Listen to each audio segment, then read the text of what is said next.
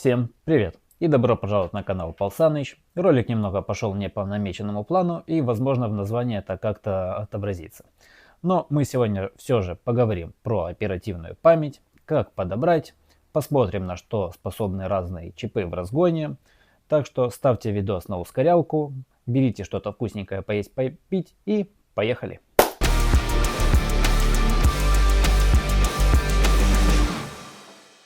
Давайте небольшой дисклеймер, видос действительно пошел не по плану, о чем вы в дальнейшем узнаете больше. Так что кому что интересно, переходите по таймингам внизу и смотрите, что вам интересно.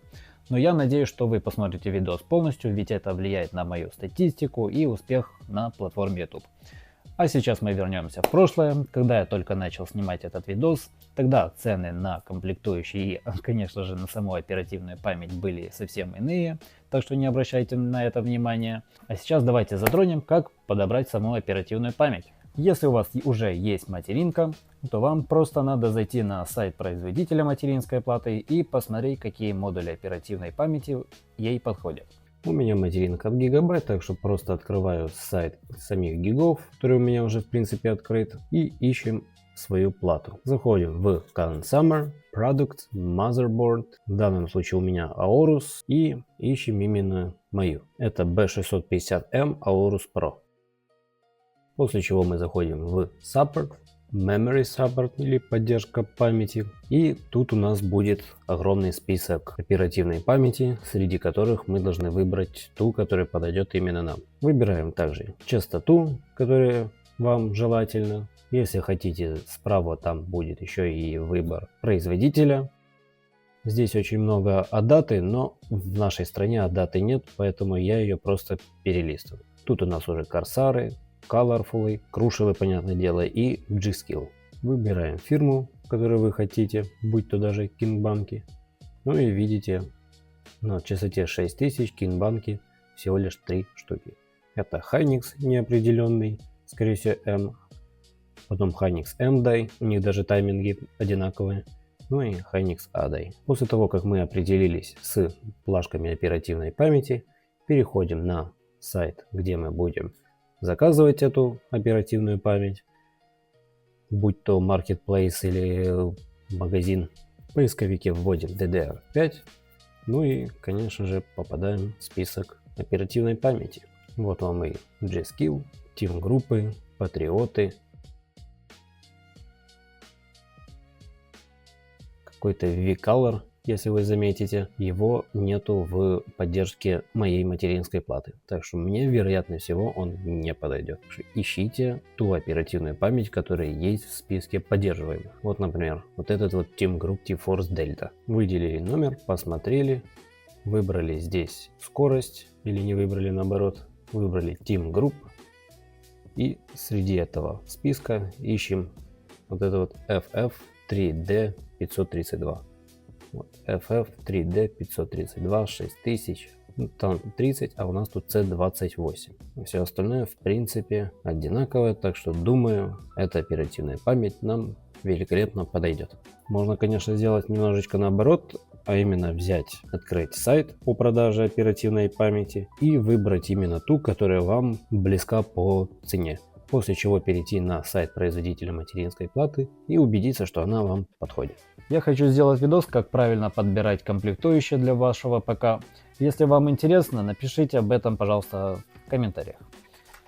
И не забудьте подписаться, это поможет моему каналу в продвижении. А также не забывайте подписываться на мой телеграм-канал, где будет немного лайва, а также новости из мира технологий. Мы будем обсуждать идеи для роликов и всякие полезные ссылки на товары с того же Алиэкспресс и прочего. А сейчас давайте перейдем к распаковке.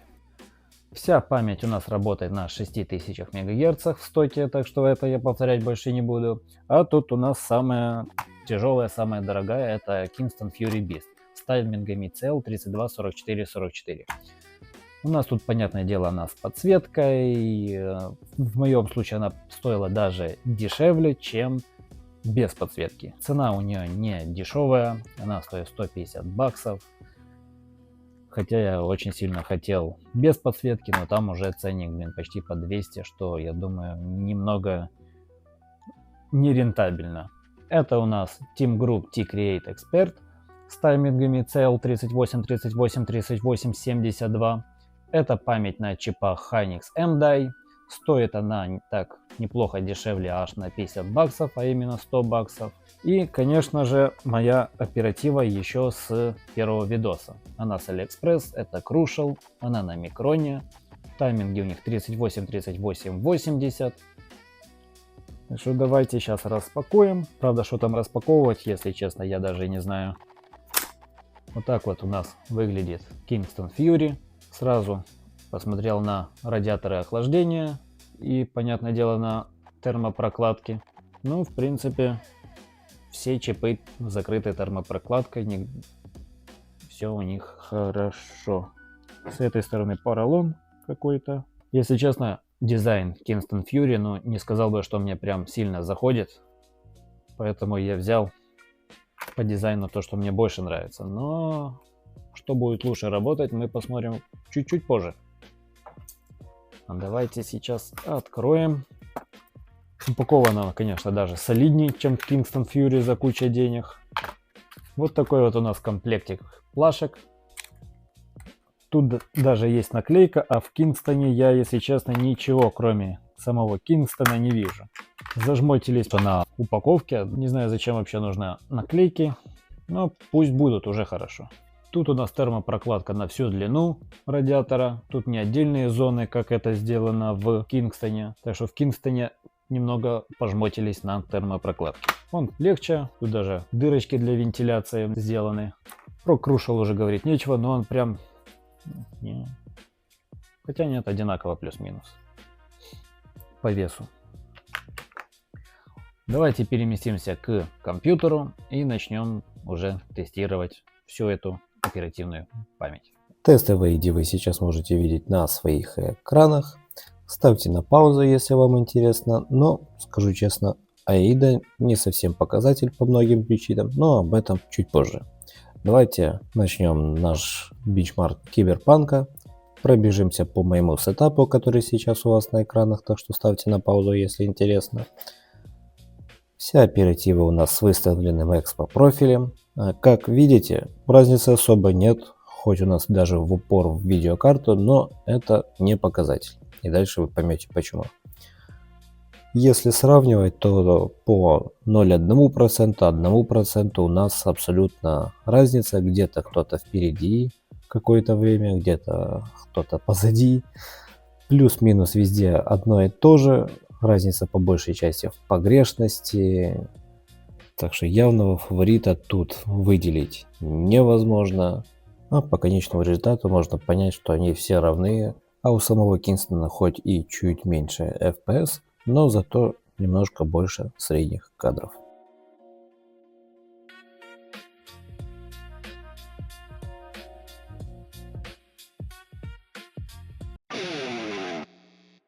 На столе у меня сейчас лежат мои старые Крушелы, Кингстоны и коробочка от T-Create.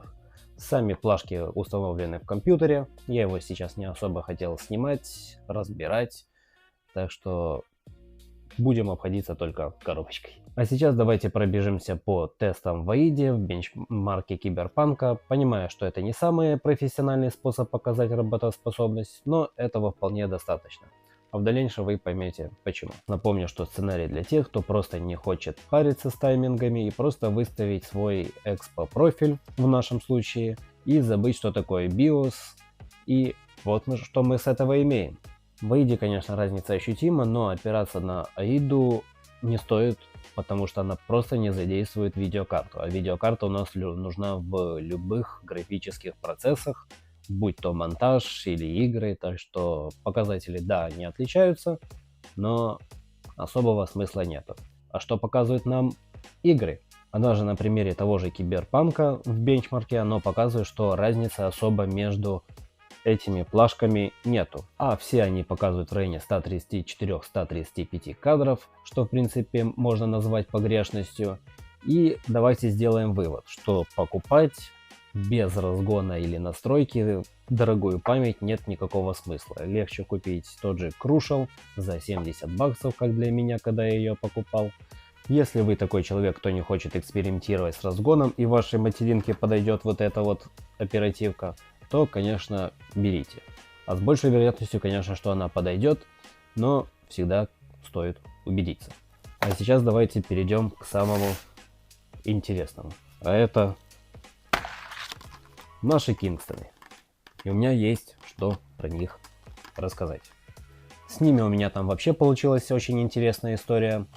В начале видео я вам говорил, что стоит подбирать оперативу, исходя из поддерживаемых плашкой вашей материнской плате. Я так и сделал, зашел на сайт Gigabyte, выбрал мне интересные плашки, посмотрел, что там чип ADAI, скопировал номер, сейчас вы его увидите на своих экранах, вбил в Google и по первой же ссылке Marketplace заказал у официального продавца эти плашки. Там как раз была скидка, и я, не глядя, быстро и заказал. Но там было маленькое отличие, я его сразу не заметил со своей невнимательностью. И сейчас у вас появится на экране номер, который уже был, и под ним сразу тот, который я заказал. А разница в них только в том, что первичный тайминг у одного C30, а у другого C36. Ну и есть цифра 2, что означает ревизию. Думаю, она не особо чем-то отличается. А в чем разница? 30 и 36 внешний вид одинаковый, все цифры, буквы одинаковые, кроме той двойки, что означает ревизию. Думал, разницы никакой, и начал их пытаться разогнать, зная, что у них Hynix ADAI. Они мне такие, не дам, и все, не хотели гнаться. Я не мог понять, почему, пока не начал изучать внимательно на том же сайте материнки, и увидел, что этот номер, у которого отличается вторая ревизия и первичный тайминг 36, оказывается, идет на чипах. Угадайте каких? На самом деле, наверное, не угадаете. На сайте написано, что это Микрон. Да. Микрон за 150 баксов. Как по мне, это чистой воды развод, но это не все. Я решил убедиться, так это или не так, и в HV-Info посмотрел. И знаете, что там написано было? Samsung ADAI. Samsung Carl. Такого я не ожидал, конечно. Даже вбив в Google всякие ИИ, все писали Micron или Hynix. Но не Samsung. Вот такое вот у меня получилось разочарование. Найти информацию на Overlockers или где-то на просторах интернета, но я не смог. И как поженить оперативу на чипах Samsung, я так и не разобрался. Да, конечно, я чуть-чуть их разогнал, можно так сказать, но полноценного разгона не будет. Как бы ты не морочил себе шары, от этого они лучше, чем MDAI, никак не поедет. Так что, возможно еще, что здесь все-таки Micron, а Samsung смогли как-то обмануть, Кингстоны смогли как-то обмануть и написать, что здесь Samsung. Такая вероятность есть, но чтобы в этом убедиться, нужно их разбирать, а я разбирать не хочу, потому что есть надежда либо их вернуть, либо хотя бы продать. Гарантия на них все еще присутствует, они, конечно, не скрывались, так что буду как-то думать их возвращать. Я сейчас их попытаюсь продать, взять что-то тоже точнее не тоже, а что-то именно на Hynix ADAI. А сейчас мы пока что перейдем к разгону T-Create. Также я покажу, как я их пытался разогнать и что они нам покажут в итоге в играх. У нас неожиданное включение. И этот ролик я, наверное, назову, все пошло не по плану. Короче, сгорела у меня материнка. Вы об этом уже, наверное, прочитали в самом либо описании, либо в названии. Я еще не знаю, как я назову этот ролик, но такие вот дела. И да, сгорела материнка вот эта, которую я заказывал с Taobao. Это Gigabyte Aorus B650M Pro AX. Конечно, обидно. Я делал ролик про разгон, и когда монтировал видос, а точнее его форматировал, оно просто отключилось. Некоторые сервис-центры говорят, что восстановлению не подлежит, потому что сгорел чипсет BIOS. Кто-то говорит, что может восстановить, но за $220. И я подумал, не, я не буду восстанавливать за $220, потому что можно купить что-то подобное, о чем мы поговорим буквально через секунду, за 250. Это, конечно, меня немного откинуло назад. Некоторые ролики я выпустил раньше, чем планировал. Вы, скорее всего, уже видели ролик про КПК. Если не видели, вот тут вот будет ссылочка. Также, скорее всего, вышел ролик про периферию, но я еще не уверен. Буду ли я восстанавливать ее или не буду, я еще не знаю, но попытаюсь. Сама материнка висит на ошибке процессора, ошибка сама по питанию процессора, BIOS не прошивается. Все диагносты твердят, что ошибка в чипсете BIOS. Говорят, это распространенная проблема у этого чипсета. Я, конечно, не уверен. У меня, если вы видели ролик про видеокарту, если не видели, опять же, ссылочка будет сверху, либо в описании. У меня однажды упал компьютер, и, может быть, это как-то повлияло на работоспособность в дальнейшем платы, и она просто со временем вышла из строя. Я ее, конечно, попытаюсь восстановить, если это не затратно будет по бюджету, но, скажем так, не факт. В общем, будем видеть в дальнейшем. А сейчас давайте, что же я купил? А взял я материнку схожую, тоже гигабайт, но уже B850M. Мне, если честно, гиги немного понравились именно в этом исполнении, поэтому я решил их взять. Тем более, для меня все-таки внешний вид немного критичен. Отличия у них минимальные. Тут система питания 12.2.2, в прошлой было 12.2.1.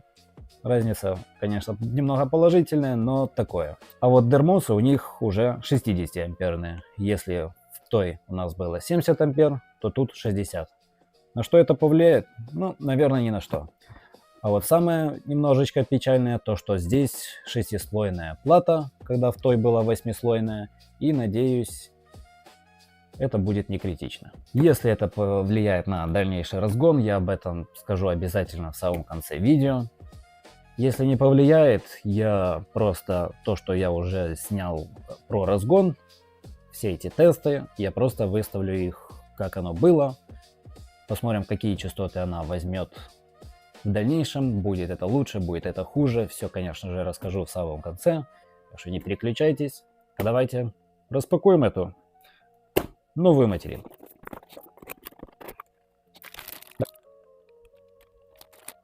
В комплекте у нас Wi-Fi антенна, Wi-Fi 6E. В прошлой материнке у нас тоже был Wi-Fi 6E, но сама антенна на прошлой материнке, она была подвижная, в чем ее, конечно, был плюс, но ее минус сам коннектор. Там надо было закручивать это.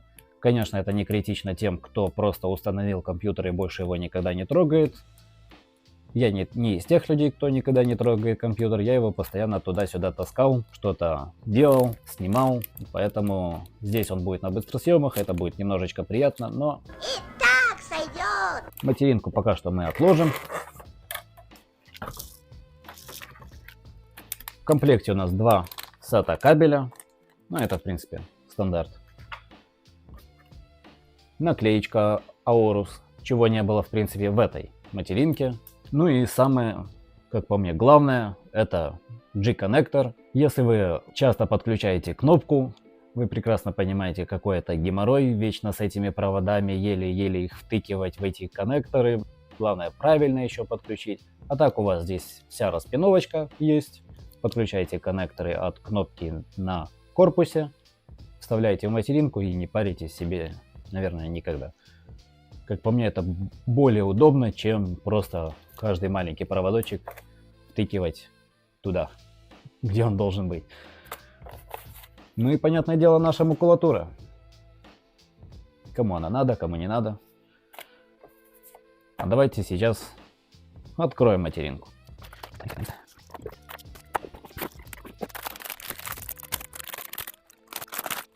Итак, если мы поставим их друг рядом с другом, по нижней части у нас практически нету разницы.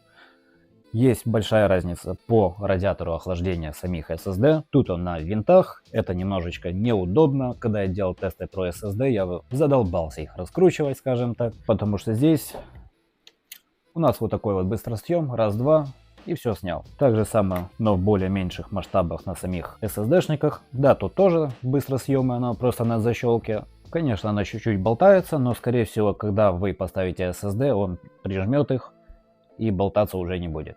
Дальше у нас отличие на 850 это слот под видеокарту.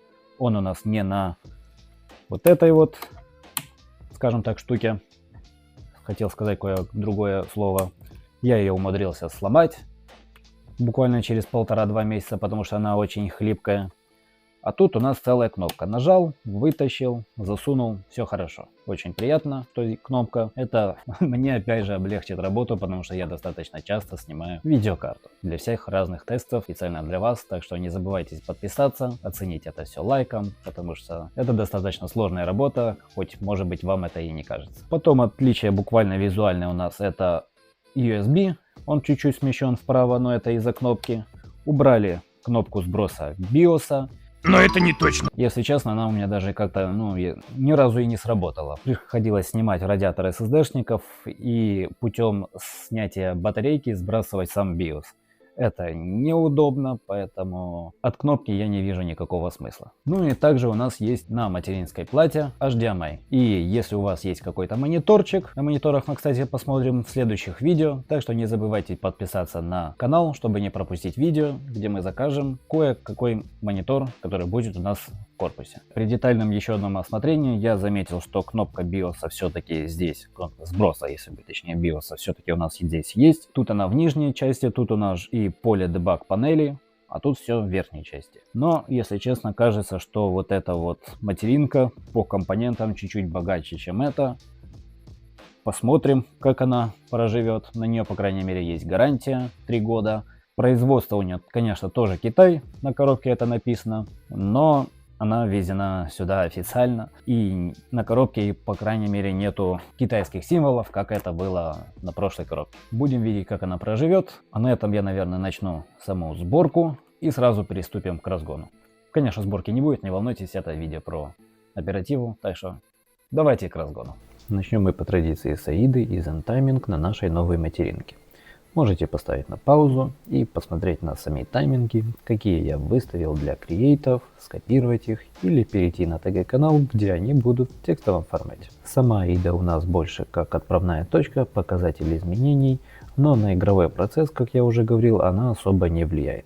Больше на профзадачи. Сейчас будет разделенный экран на без разгона и с самим разгоном. Мы видим, что при старте разница видна и в некоторых моментах составляет от 8 до 12 FPS. И эта разница будет сохраняться до конца самого теста, а это у нас от 5 до 8% при раз бесплатных попугаев. И это, как по мне, очень даже приятный показатель. Особенно с учетом того, что у нас есть упор в видеокарту, и как вы видите, даже упор не всегда критичен. С правильной настройкой оперативы можно высосать еще какие-то соки, а это еще с учетом того, что я проц даже и не трогал. Я думаю, что если разблокировать все лимиты по процессору, то и оперативка будет работать лучше. Так что не забывайте настраивать оперативку, не забывайте настраивать процессор. Про видеокарту так сказать не могу, это уже немножечко отдельная тема. Ну и, понятное дело, разница у нас существенная между показателями по 0,1% и 1%. Вот там уже у нас больше 10%. И на общих ощущениях игры это может показаться куда больше, чем средний FPS. А по итогу средний показатель FPS без разгона составляет у нас 135, а с разгоном 144. Так что получается у нас разница в 9 FPS между без разгона и с разгоном. А что касательно кингов, так завелись они у меня на частоте 6000 с таймингами 34, 42, 42, 60. И дальнейшие манипуляции со вторичками приводили к краху.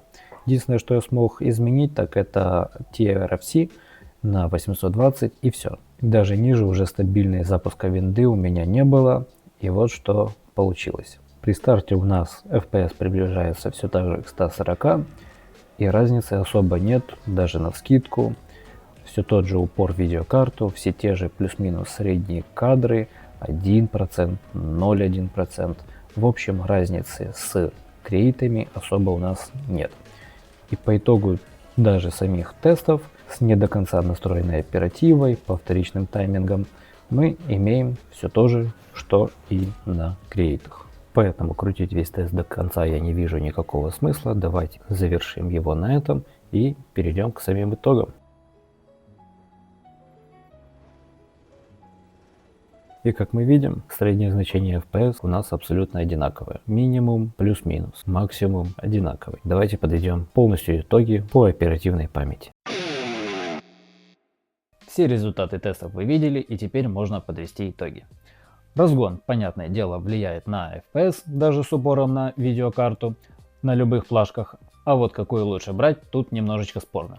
Ведь как с разгоном, так и без, что креаты, что кинги в играх абсолютно равны. Но на самом 650 чипсете, который у меня был ранее, креаты показывали более высокую и стабильную работу, чем на 850. Средний показатель не падал и не превышал 149 FPS при тех же настройках, разница была только в сотых. А вот на 850 чипсете средний FPS составлял 144 и один раз упал даже до 140.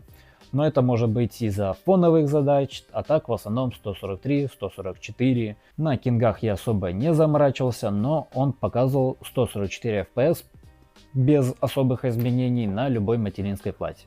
Ни больше, ни меньше. И что можно сказать по итогу, невзирая на все? Берите, понятное дело, креаты. В любом случае у них есть потенциал, даже если вы не будете заниматься разгоном и хотите просто выставить профиль, креаты показали себя ничем не хуже, а цена на рынке, особенно сейчас, у других подопытных прямо кусается. Но об этом мы поговорим немножечко позже. Насчет кингов на Ryzen я бы крайне не рекомендовал, потому что они особо не гонятся и у них нету какого-либо запаса. Сейчас должен быть закономерный вопрос, почему нет плашек ADAI. Ты же упомянул их в видео, правильно, да? Да, я упомянул, но тут случился Double Trouble. Или это с материнкой был второй, а это уже третий. Так вот, стоило мне продать Кингстоны, как цена полетела вверх, и любые ADAI сейчас стоят 250 плюс. В наличии тоже под вопросом. Я не могу особо позволить себе взять из бюджета 250 баксов и потратить ради обзорчика на оперативу. Поэтому, может быть, кто-то когда-то даст мне оперативу на обзор, но не сейчас. Так что ждите вторую часть, она обязательно будет. В каком обозримом будущем я не знаю. Но пока что обойдемся без адаев. Я даже нашел у нас Adata XPG и даже думал их заказать, причем нашел по крайне приятной цене. 180 баксов. Заказал, оплатил, а мне потом перезвонили и сказали, что цена поднялась еще на 25 баксов. Потом позвонили и сказали, что цена поднялась еще на 10 баксов. Я уже сделал отмену, а сейчас эти плашки стоят 280 баксов. Даже заказал с Европы Silicon Power, но доставка 2 недели и цена опять же 200 баксов. Я не готов еще работать и на YouTube. Так что ждите обязательно вторую часть, мы что-нибудь придумаем. Даже крушелы, которые я заказывал на Али у того же продавца, сейчас стоят 250 долларов. Это, конечно, не та цена, которой стоит их покупать, даже за половину. Особенно за 500 не стоит ее брать. В общем и целом, цена на оперативу сейчас что-то не с того света, и стоит немножечко переждать, пока рынок стабилизируется. Я думаю, что это искусственно созданный дефицит после того, как Китай ввел некоторые экспортные ограничения на полупроводники. И вот не так давно эти ограничения были сняты, и ждем, пока цены вернутся обратно. Но я думаю, что это произойдет не раньше, чем после Нового года. А вы, если берете новую оперативную память, берите и не парьтесь с креатами. Я за нее отдал 100 вечно зеленых по скидосу небольшому. Сейчас она, увы, подорожала почти в 2 раза, и ее можно взять за приблизительно 160 долларов. Но это вам не 200 плюс за кинги, и тем более не 300 за ADAI. Я не думаю, что разгон оперативный на ADAI вам даст такой прирост, что нивелировать эту разницу в цене.